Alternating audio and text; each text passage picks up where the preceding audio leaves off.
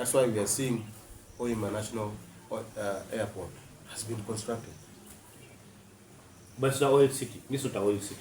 It's not, but it's along the region where our oil is being drilled from. So these visitors, they are coming to settle here. The oil thing. Yeah, it's true. And so now, that means when the 95% of the population comes in, Pakwash will become like, I would say, maybe Kampala. Not that population, but the languages, the culture, you know, will be distorted. Yes. Already it is. And business will be, you know, in high gear. Yeah. People will. So we are telling our people to wise up. And another thing, don't sell your land anyhow. That's another thing we are seeing happening. Say it louder. Do not sell your land anyhow. Instead, create value for it. Because we've been seeing people, you know, selling lands to people coming. You buy your land. How much? You know, in Pakwash town here, people are still not selling land in plots. And they're just selling it anyhow. With this growing, you know, population, someone is selling his land maybe at 5 million within town. Nyamatai Kapita here, someone is selling at 5 million, 10 million. In the middle of the city. In the middle of the city. In 5 years, that person who has bought the land from you will sell it how much? 40, 50 million. In a very short period of time. Instead of selling your land, make sure that the value is added, construct some little thing. If you know you are poor to the extent you cannot construct, do like other people are doing. Get to someone who has money. You bring in the law people, I mean, the lawyers and other stuff. Yes. You put a written agreement. Let that person develop the land. Yes. Build something. Some people will come and be renting. Do you know in Pakwash, when you construct, like a rental, before even finishing, before starting to pay, people are now already paying you money. Really?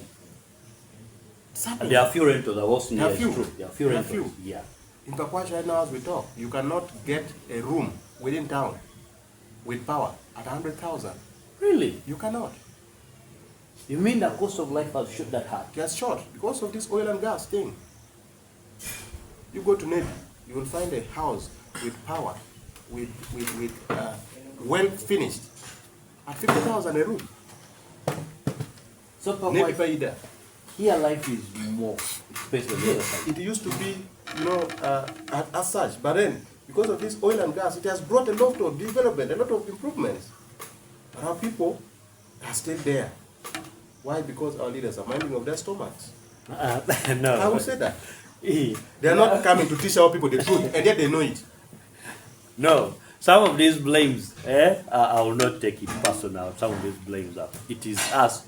Let's admit that it is us, the local people, have refused now to maybe change out. Not that everything the leaders will do. No, they will not do all things for us. Let's have just change up the game. As I say, let's wise up. Let's wise up. These things how to wisen up, then you get to do things the right way. Don't over focus up on politicians. When I'm talking about the leaders, it doesn't mean I'm talking about the politicians only. But that's a political way out, like all of them. When I'm talking about leaders, yes. even you're a leader. No, in my family. In your family. Okay. When I'm talking about leaders, yes, it involves both political, both cultural, both, you know, family heads. Honorable. The more influential ones are you, because even us, the local leaders at the family level, we look at you. If something has failed, what do we expect? Now you tell us that you guys have failed. You tell us that not us.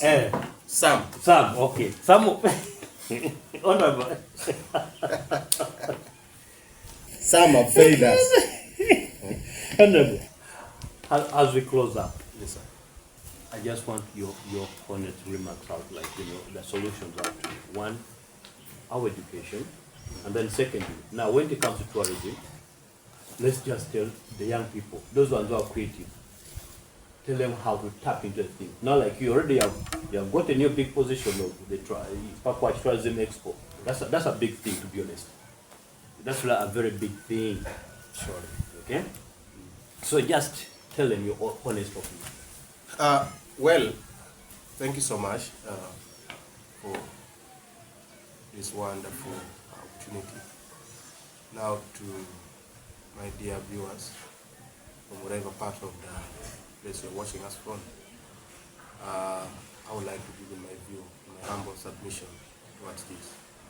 As we conclude, one, on the education sector, we are calling upon the government Yes. to really take this serious thing.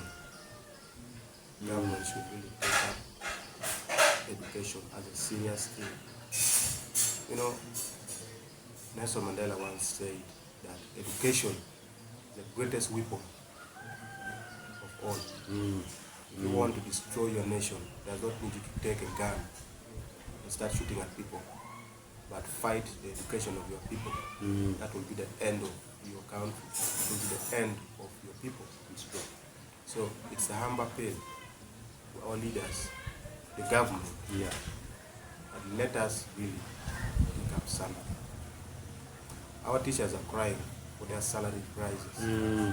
You are paying deaf ears.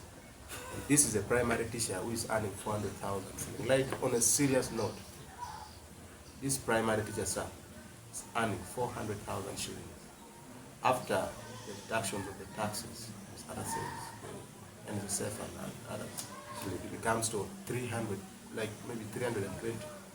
This same teacher needs to rent a house because the government has refused to construct for all of them a staff quarter. The teacher needs to rent. Let's say, for example, he's having his wife and maybe some children who are not supposed now to sleep with their parents in the same house. Supposed to go to now rent two houses. Yes. Let's say, for example, in Pakwash here, we are renting maybe a garage touch house. It costs 20,000. One 20,000, then two 14,000 plus a kitchen. That is 50,000 maybe or 60,000. Yes. How much is this teacher remaining with? Let's take this teacher stay. The children must fall sick at least in a month with the rotten, sorry to say this, the rotten hospitals that we have. They are supposed to get medication, but they are not. Now this teacher has to take the children to a clinic. 150,000 needs to come out of that salary. How much is this teacher remaining with? This very teacher has to load some airtime and data to consult his fellows in regards to the new curriculum that they have brought. You get? Yeah. So the teacher will have something. At the end of the day, the teacher will go for loan, my friend, quick loan. They arrest his ATM card.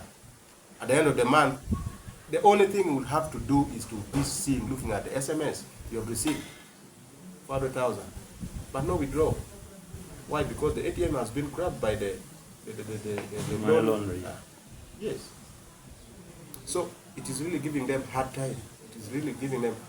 That's why we see most of our teachers are resorting to border riding. And actually, it's actually one of the reasons. That's why our teachers, our children are failing. Performance, yeah. The teachers do not have the zeal of putting their hearts to teach the pupils. Majority are going to border riding. Some of them into their other businesses and other stuff. Why? Because the government is not listening to their cries.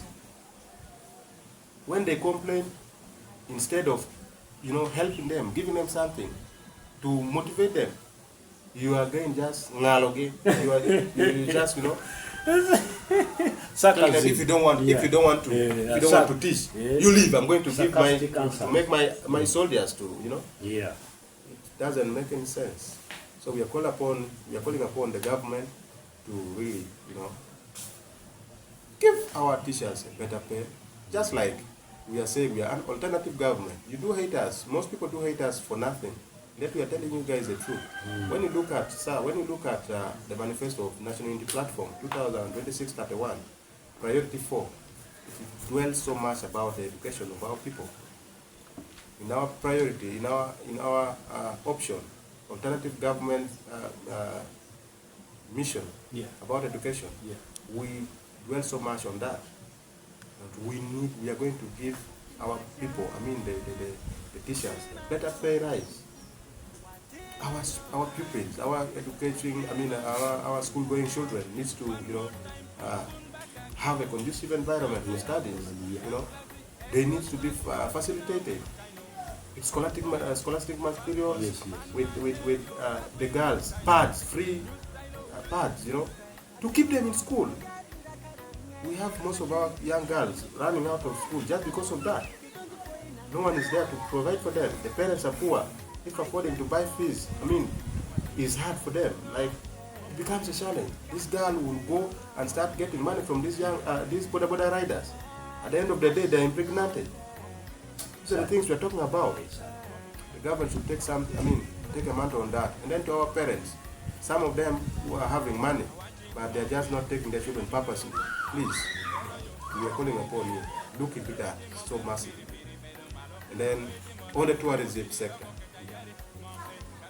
especially to our youth, we are saying there are a lot of opportunities that some of us who've gone by God's grace, we've studied, we've moved, we've seen a lot in other places. So we want to tap those opportunities and bring them home. Amen. So that we can, we call upon you to bring in hands together. Let us work hand in hand together. Sir, we have a challenge, a big challenge actually as youths. There is a big challenge among us as the youths. Most youths, when you start up an initiative like us I'm doing, it starts, envying you over nothing. Just me coming up for politics, some of my fellow youths talked a lot. Why are you here? We grew up with you. Like, you're coming to stand as an MP. You see such kind of a mind. Also, It limits development, limits our growth, limits our progress. So we call upon the youth, do not envy your fellow colleague when he's coming up with an idea. Instead, just support him to see a great impact. Amen.